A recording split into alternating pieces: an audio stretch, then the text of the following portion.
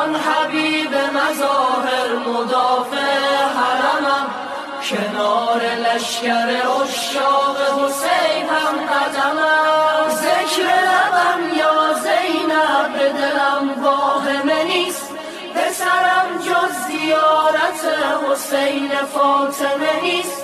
خدا مرا از در این خانه جدا نکند، جدایی در این خانه مرا خاتمه نیست. خطوط قرمز دور حرم ز خون من است، چو بکم که مرگ من همان سکون من است. پیاده میروم ز مشهد الرضا تا شاه، حال کبوتر حرم حال کنون من است. ز کودکی